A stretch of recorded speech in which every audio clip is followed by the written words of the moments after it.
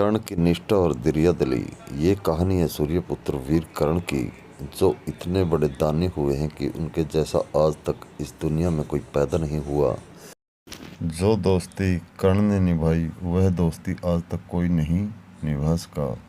कर्ण को आखिर में यह पता चल गया था कि वह पांडु पुत्र है, लेकिन अपनी दोस्ती के कर्ज तले दबा कर्ण ने फिर भी कौरवों का साथ दिया, क्योंकि वह दुर्योधन की दोस्ती के कर्ज को हीन नहीं दिखाना चाहता था।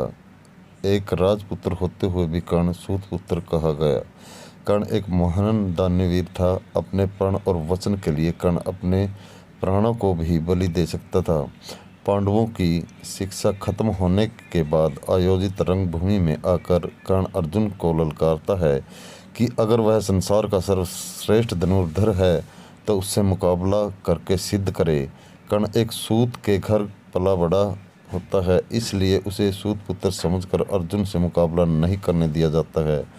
पांडवों के प्रखर विरोधी दुर्योधन को यहाँ एक अवसर दिखता है और वह फौरन कर्ण को अंग देश का राजा घोषित कर देता है और कर्ण को अपना मित्र बना लेता है। दुर्योधन के इस कृत्य से कर्ण के दुखते घाव पर मरहम लग जाता है, लेकिन समय सीमा खत्म होने के कारण रंगभूमि में कर्ण अर्जुन का मुकाबला टल जाता है।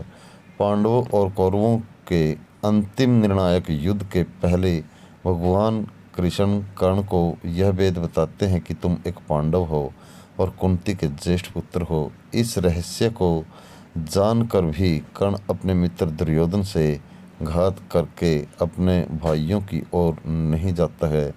दिव्य कवच कुंडल के साथ कर्ण अजय था और महाभारत के युद्ध में पांडव कभी उसे परास्त नहीं कर पाते। अंततः इंद्रदेव उससे सुबह स्नान के समय ब्राह्मण स्वरूप में आकर दान में कवच कुंडल मांगते हैं और पिता सूर्य देव द्वारा दिखाए गए स्वप्न से कर्ण को यह बात पहले ही ज्ञात हो जाती है कि इंद्रदेव उससे रूप बदलकर कवच कुंडल मांगने आएंगे। पर फिर भी दानवीर कर्ण ब्राह्मण रूपी इंद्रदेव को खाली हाथ नहीं लौटाता और उसकी मांग पूरी करता है। इंद्रदेव कवच कुंडल के बदले में कर्ण को एक शक्ति अस्त्र प्रदान करते हैं, जिसका इस्तेमाल सिर्फ एक बार किया जा सकता था और उसका कोई काट नहीं था। युद्ध के दौरान भीम का पुत्र घटोत्कच कौरव सेना को तिनकों की तरह उड़ाया जा रहा था। उसने दुर्योधन को भी लहूलुहान कर दिया।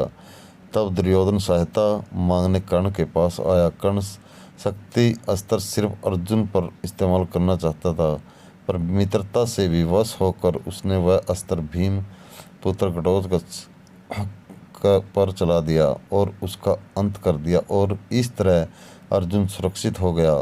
अपने साथ दो सांपों का बोझ लेकर चल रहे कर्ण को यह बात पता थी कि जहाँ धर्म है वहीं कृष्ण होते हैं और जहाँ कृष्ण है वहीं जय भी होती है।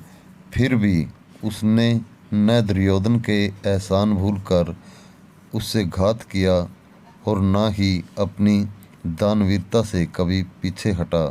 सार हो सके तो किसी के ऋण मत बनो, और एक बार अगर किसी के ऋणी बन ही जाओ तो ऋण चुकाने में आनाकानी मत करो। अगर कोई कुछ मांगने आए तो उसे निराश नहीं करना चाहिए।